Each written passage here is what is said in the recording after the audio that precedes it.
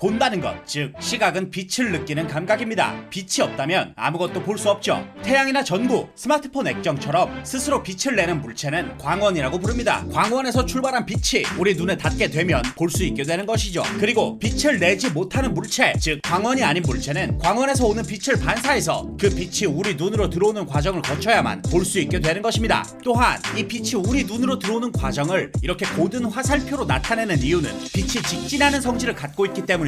물체 뒤에는 빛이 오지 않아 그림자가 생기는 것, 밤하늘에 쏘는 레이저 등을 보면 이 빛의 직진성을 확인할 수 있죠. 그리고 빛으로 색을 표현할 때는 빨강, 초록, 파랑 세 가지, 즉 레드, 그린, 블루, RGB의 3원색을 조합하여 대부분의 색을 표현할 수 있습니다. 물감은 섞을수록 색이 진해지는 것과는 다르게 빛은 섞을수록 더 밝아지는 것을 확인할 수 있습니다. 더 센 빛은 더 밝은 것이니까 당연한 거겠죠. 이제 컴퓨터 그래픽을 사용하여 빛을 합성해 보도록 하겠습니다. R은 레드, G는 그린, B는 블루의 약자로 RGB는 빛의 3원색인 빨강, 초록, 파랑을 의미합니다. 색의 진하기는 0부터 255까지 표현되는데요. 모두 0일 때는 빛이 하나도 없다는 의미로 가장 어두운 색인 검은색이 됩니다. 가장 밝은 255 수준으로만 다루도록 하겠습니다. 가장 먼저 모든 색이 가장 밝은 수준이라면 흰색, 즉 백색광이 되겠죠. R만 255에서는 빨간색, B만 255에서는 파란색이 되고 G만 255에서는 초록색이 되는데요. 우리가 아는 그 초록색이 아닌 이 색이 바로 빛의 초록색이라는 점 알아두시면 되겠습니다. 그리고 초록과 빨강을 섞으면 더 밝아진 노란색이 나옵니다. 그리고 빨강과 파랑을 섞으면 이런 색이 나오는데요. 마젠타색입니다. 한글로는 자홍색이라고도 하지만 저는 마젠타색이라고 부르겠습니다. 마지막으로 파랑과 초록을 섞으면 이런 색이 나오는데요. 시안색입니다. 한글로 직역하면 청록색이라고 하지만 우리가 아는 청록색과는 다르죠. 시안색이라고 부르겠습니다. 이렇게 RGB를 섞으면 시안, 마젠타, 옐로우, 즉 CMY가 나오는데요. 섞을수록 밝아지는 빛의 3원색은 RGB이고 섞을수록 어두워지는 염료나 잉크, 색소의 3원색은 CMY입니다. 그리고 RGB와 CMY는 서로의 합성색이죠. 실제로 TV, 모니터, 스마트폰 액정을 자세히 보거나 현미경으로 관찰하면 이렇게 화소라는 점이 보이는데요. 이 화소가 RGB의 3원색으로 이루어져 있고 빛의 합성을 통해 거의 모든 색을 표현해내는 것입니다. 색을 띠는 물체는 흰색 빛, 즉 모든 색이 있는 빛을 비추었을 때 어떠한 색은 흡수하고 어떠한 색은 반사합니다. 우리는 그 물체가 흡수하는 빛을 볼 수 없고 반사하는 빛만 볼 수 있기 때문에 물체가 반사하는 빛의 색을 그 물체의 색으로 인식하게 됩니다. 예를 들어 초록잎이 붙은 빨간색의 사과는 초록색 잎에서 빨강, 파랑 빛을 흡수하고 초록색을 반사하는 반면 빨강 과육에서 파랑, 초록 빛을 흡수하고 빨강 빛을 반사한다는 것이죠. 여기에 단색광을 비추면 어떻게 보일까요? 빨간 빛을 비추게 되면 빨간 빛을 흡수하는 초록잎은 아무 빛도 반사하지 않으므로 까맣게 보이고 빨간 사과는 빨간 빛을 반사하므로 그대로 빨갛게 보입니다. 파란 빛을 비출 때와 초록 빛을 비출 때도 같은 원리를 통해 결과를 예상할 수 있죠. 그렇다면 3원색의 합성광은 어떨까요? 초록, 파랑이 섞인 시안색을 비추면 잎은 파랑을 흡수하고 초록을 반사하여 초록색으로 보입니다. 사과는 둘 다 흡수하여 까맣게 보이죠. 마젠타와 옐로우에서도 결과를 예상할 수 있겠죠. 이번 시간에는 우리가 빛을 보는 과정과 빛의 성질, 그리고 빛의 3원색과 빛의 합성이 무엇인지, 빛의 합성은 어디에 사용되는지, 마지막으로 빛의 색을 인지하는 과정과 그 원리를 활용하여 단색광과 합성광을 비추었을 때 물체가 띠는 색을 예상하는 방법에 대해 알아보았습니다. 지금까지 과학교사 K였습니다.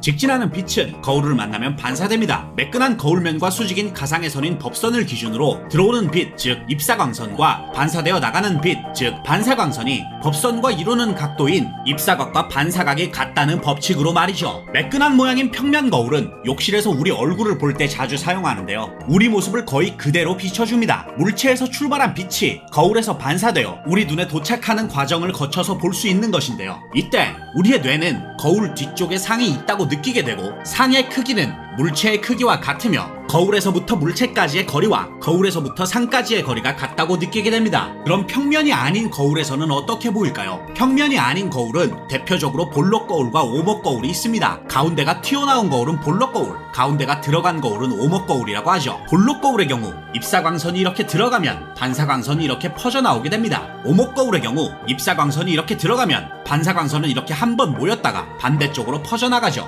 이번에는 볼록 거울과 오목 거울에서 상이 어떻게 보이는지 알아보겠습니다. 먼저 볼록 거울은 이해하기 쉬운데요. 빛이 더 넓은 영역에서 출발하여 우리 눈으로 들어오므로 넓은 곳에서 오는 빛을 볼 수 있는 만큼 시야가 넓어진다고 이해하시면 되겠습니다. 또한 한정된 거울 크기에서 볼 수 있는 영역이 넓어지는 만큼 상의 크기는 줄어든다고 이해하시면 되는데요. 그렇기 때문에 볼록 거울에 보이는 상은 가까이 있을 때부터 멀어질수록 점점 더 작아지게 되는 것이죠. 이번에는 오목거울입니다. 오목거울에 가까이 있는 물체는 확대되어 보입니다. 그러면서 멀어지면 어느 순간 상이 뒤집히게 되고 멀리 이동하면 뒤집힌 채로 작아지게 되죠. 오목거울의 입사광선과 반사광선의 경로를 함께 살펴보면 이해하는 데 도움이 됩니다. 반사광선이 모이기 시작하는 이 지점을 초점이라고 하는데요. 초점보다 물체가 거울에 가까울 때에는 상이 바로 선체로 확대되어 보입니다. 그리고 초점보다 멀어지면 상이 뒤집히죠. 그리고 반사광선이 퍼져나가는 영역에서부터 시야가 넓어지고 상이 작아지게 되는 것입니다. 따라서 상이 바로 선체 시야가 넓어지는 볼록 거울은 자동차의 사이드미러와 도로의 반사경, 방범용 거울 등에 사용되고, 가까운 거리에서는 물체를 확대하고 빛을 모을 수 있는 오목 거울은 망원경, 확대경, 심지어 빛을 모아 불을 붙이는 채화경 등에 사용됩니다.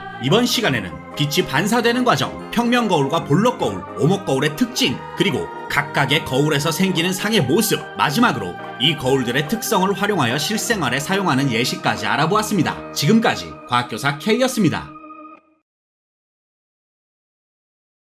빛이 직진하다가 다른 물질을 만나게 되면 그 경계면에서 진행 방향이 꺾입니다. 공기에서 진행하던 빛이 물을 만나면 꺾이는 것처럼 말이죠. 이 현상을 빛의 굴절이라고 하는데요. 이 빛의 굴절은 렌즈를 통해 알아볼 수 있습니다. 렌즈 또한 거울과 마찬가지로 두 종류가 있는데요. 볼록 렌즈와 오목 렌즈입니다. 거울은 빛과 한 면에서 만나기 때문에 한쪽 면이 볼록하고 오목했는지 따져봤었는데요. 렌즈는 빛이 한쪽에서 들어와서 다른 쪽으로 통과하므로 양쪽 면의 모양을 전부 살펴봐야 합니다. 따라서 가운데가 통통한 볼록 렌즈와 가운데가 홀쭉한 오목 렌즈로 구분하시면 되겠습니다. 빛이 렌즈를 통과할 때는 하나만 기억해주세요. 뚱뚱한 쪽으로 휘어진다. 볼록 렌즈를 통과할 땐 뚱뚱한 가운데 쪽으로 모아지고, 오목 렌즈를 통과할 때는 뚱뚱한 가장자리 쪽으로 퍼집니다. 이제 렌즈를 통과하는 빛의 경로를 보면서 상이 맺히는 모습을 알아보겠습니다. 볼록 렌즈로 상을 보면 가까이에서는 상이 바로 선체로 확대되어 보이고, 빛이 완전히 모이는 초점 뒤에서는 물체가 뒤집혀 보입니다. 그리고 더 멀어지면 상이 작아지죠. 이제 오목 렌즈로 상을 보겠습니다. 상이 바로 선체로 작아 보입니다. 우리의 눈은 옆에서 보면 이런 구조로 이루어져 있는데요. 동그란 안구의 앞부분에는 수정체라고 하는 볼록 렌즈가 있어서 빛을 모아줍니다. 그리고 볼록 렌즈를 통해 모인 빛은 안구 뒤쪽의 망막에 상을 맺히게 함으로써 우리가 볼 수 있게 되는 것입니다. 그러나 이 상이 망막보다 앞에서 맺히게 되는 근시, 망막보다 뒤에서 맺히게 되는 원시가 되면 시력이 나빠지게 되는 것이죠. 이때 우리의 눈 앞에 빛을 모아주는 볼록 렌즈를 놓아주면 빛을 더 모아주게 되고, 상이 앞에서 맺히게 됨으로써 원시를 교정할 수 있게 되는 것입니다. 반대로 빛을 퍼뜨려주는 오목 렌즈를 놓아주면 빛을 퍼뜨리고 상이 뒤에서 맺히게 됨으로써 근시를 교정할 수 있게 되는 것이죠. 따라서 볼록 렌즈는 원시 교정 안경에, 오목 렌즈는 근시 교정 안경에 사용됩니다. 또한 빛을 모아주고 상을 확대하는 볼록 렌즈는 현미경, 망원경, 빛을 모아 불을 붙일 때에도 사용하고, 빛을 퍼뜨려주는 오목 렌즈는 확산 조명에도 사용되죠. 이번 시간에는 빛의 굴절이 무엇인지, 볼록 렌즈와 오목 렌즈의 모양, 각각의 렌즈에서 빛의 굴절과 상의 모양, 그리고 실생활에서는 어떻게 이용되는지 알아보았습니다. 지금까지 과학교사 K였습니다.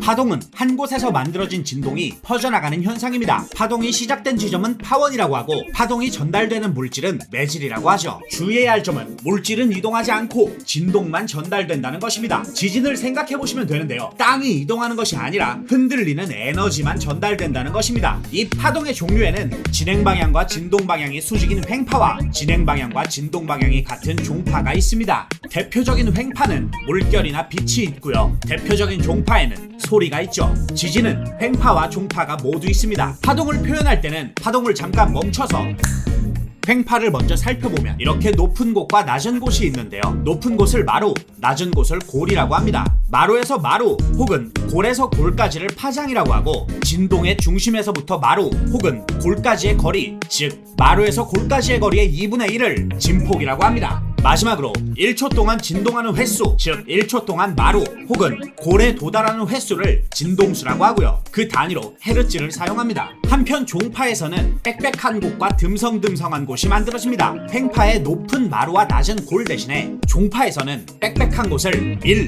듬성듬성한 곳을 소라고 하며 밀부터 밀까지 혹은 소부터 소까지를 한 파장으로 하죠. 마찬가지로 밀부터 소까지의 거리의 2분의 1이 진폭, 1초 동안 밀 혹은 소에 도달하는 횟수가 진동수가 됩니다. 단위는 똑같이 헤르츠가 되죠. 이제 파동의 입장에서 소리를 분석해 보도록 하겠습니다. 피아노에서 내는 미, 솔, 시음을 파동의 형태로 나타내겠습니다. 소리는 종파지만 보기 쉽게 횡파의 형태로 나타내겠습니다.